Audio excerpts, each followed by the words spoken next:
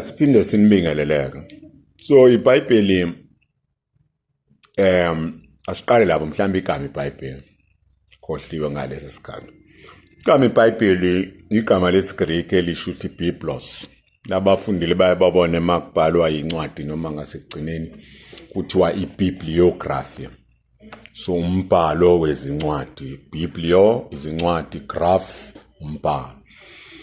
So iBhayibheli Biblos, bibloi lisho ukuthi izincwadi noma is a group of books in itself. Njengo scripture it means from writing, script, ubona script. Script mawuphuma kaDokotela uthola iscript sase chemist script. These are simple terms. So incwadi eziningi. So lihlukaniseke kanjani ke? Oqala lihlukaniseke ngokuthi khona esivama ukubiza ukuthi iTestament elidala noma sekubizwa ke manje ukuthi iTestament elisha ngoba leli gama lithi lidala, abanye balizwe ngathi bathi into engase namsebenzi. Khona mhlawumbe abaphuza iphuzo lezi eziqinile bazothi phela ukudala ikona okuhle. 18-year-old, 20-year-old. Bese kuba elisha noma iTestament lesibili noma lokugcina. Igama leTestament elisho ukuthini nalo, by the way, lisho isivumelwano, testament, isivumelwano, noma ifa, will and testament noma ifa.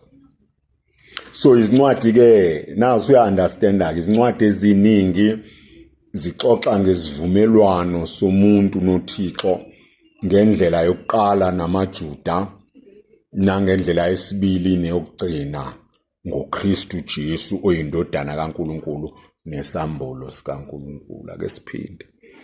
So ngala explanation esengishila ngisho ngesingisi for the benefit of ama2K.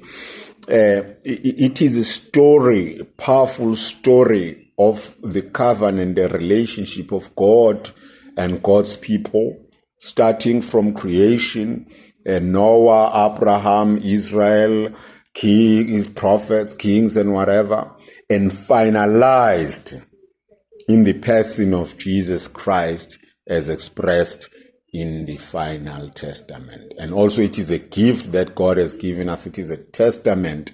Ifa asinikezelo. Ansiyayibamba ke lapho bafowethu. So it's a love letter, a very prolonged love letter. So iTestament elokuqala ke njengoba ngishilo uNkulunkulu yahamba no Noah, no Abraham, no Israel njalo. So it's also called Hebrew scriptures. Is imibhalo yamaHebrew. So buyela lapho ngoba kubalekile nalokho uku-understand. So lona linezincwadi ezingu-46 noma 45 depending ukuthi uyamhlukanisa inizililo noJeremiah. Kodwa abanye bazijumpula ezinye ezisithupha noma ezisikhombisa ngoba bethi zabhalwa initially ngesiGreek hayi ngesiHebrew. So uzwile ngitheni Hebrew scriptures, so it as well in my Hebrew scriptures. So kukuyingxakana ke lokhu mhlamba singangeni kakhulu kona, so ngena ku Bible study ngoba uzolokhu kuyakudepha, kodwa mawufuna ngene ungangibuza eceleni ukuthi already kwiZenzo chapter 6 ngesikhathi saJesu eqeda ukuhamba nje uJesu kusuka umbango phakathi kwamaJuda akhuluma isiGreek namaJuda akhuluma isiHebrew. Fayena uJesu saphila siyezwa kuthiwa kwafika amaGreek evangeli ngoJohane ethi efuna ukubona uJesu. So okay, ubuze eceleni. So wala leyo argument yokuthi ngoba kubhalwe ngesiGreek akukona, it doesn't make sense.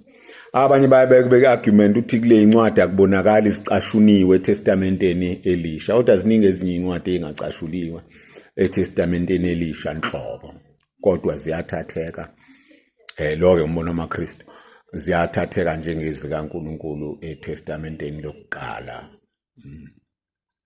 So ke kodwa ke indaba yokholo ke eventually so ama Orthodox amakatholika namanye amasheshi namaluthela siyangena kancane amanye eqinisweni sekuyamixana nje lezi zinto but 45 46 bese laba abanye abalandela uluthela loya wakudala nalokho basuka bathi zu39 kuphela kodwa eTestamenteni elisha ziyafana ziyalingana ziwu27 yize uluthela lo wakudala wayekhona incwadi engafuna ukuthi zibe khona njengencwadi kaJakobe ngoba ikhuluma ngemisebenzi yena wathi igracia kuphela nokunye nokunye bakhona nabanye ababezichitha izincwadi zeTestament elidala njengomashiyoni owayethi okudala kudlulile kodwa uJesu asitshena ngokaMateyu 13:52 ukuthi umbhalo ohlakaniphile uthatha kokusha nokudala kuhlanganise kube ukuhlakana.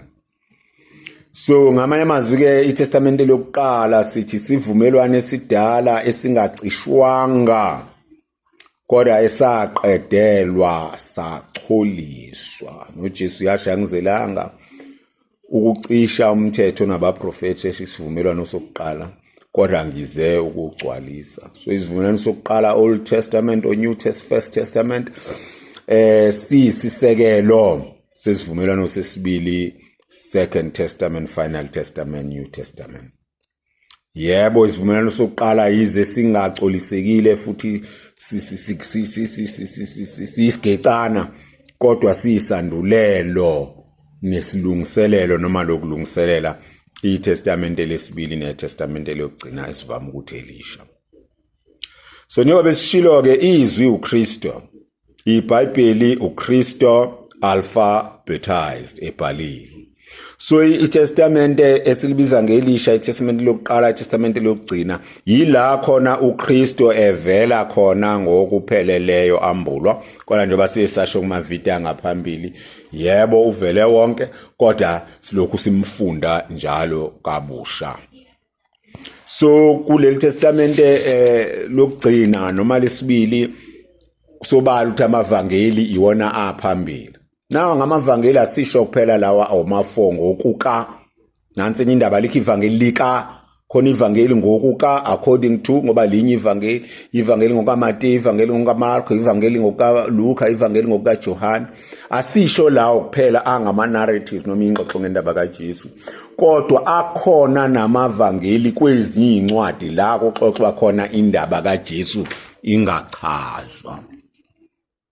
Ukulinganisa nje mangayo ufuna incwadi yokuqala kwabaseKorinte isahluko 11 sengikhohlwe ivesi ubani la khona ithi ngakwamukela lokho engakufundiswa ukuthi uJesu ekudleni kokugcina wathatha isinkwa papa ivangeli lelo elingaphakathi kwencwadi kaPaul uthole futhi nasesahlukweni 15 lapho khona ukuthi ngakwamukela uJesu wavuka wabonwa yilaba ivangeli within incwadi. So amavangeli masithi amavangeli sisho lapho kuxoxwa khona indaba kaKristo ingachazwa.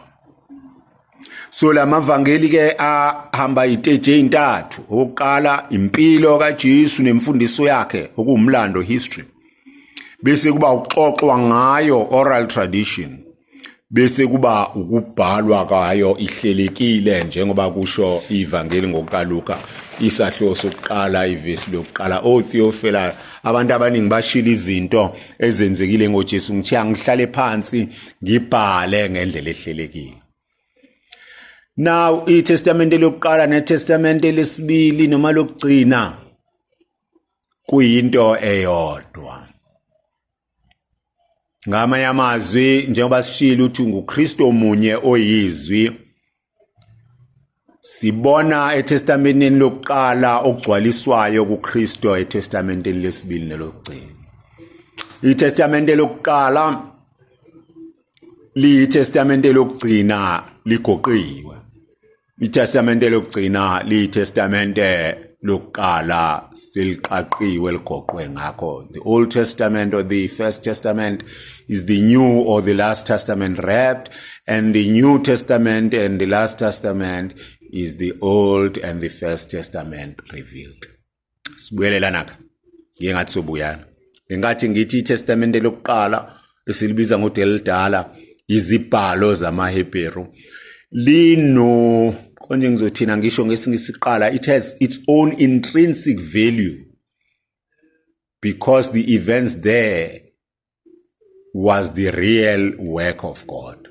So iTestament lokuqala ngokwalo liyakwazi ukuma linezinto yize lima ngokuntengantenga kodwa liyama ngoba liyimsebenzi kaNkuluNkulu eyozipheleliswe ngoKristu. Ingakho sikuhlonipha ukuthi amaJuda afunda lona lodwa futhi afunda lona athole ukuphila nokusondela kuNkulunkulu. Kodwa for thina amaKristu kubalekile lokhu ukuthi sithi noma sifunda sibona uKristu kulona kodwa siqonde kuqala lokho engithe eqaleni literal sense letter of the scripture siqonde ukuthi kwakuthiwani uJesu engangeni kukona bese kuyimasiza ku spiritual sikufake uma sesifaka uJesu.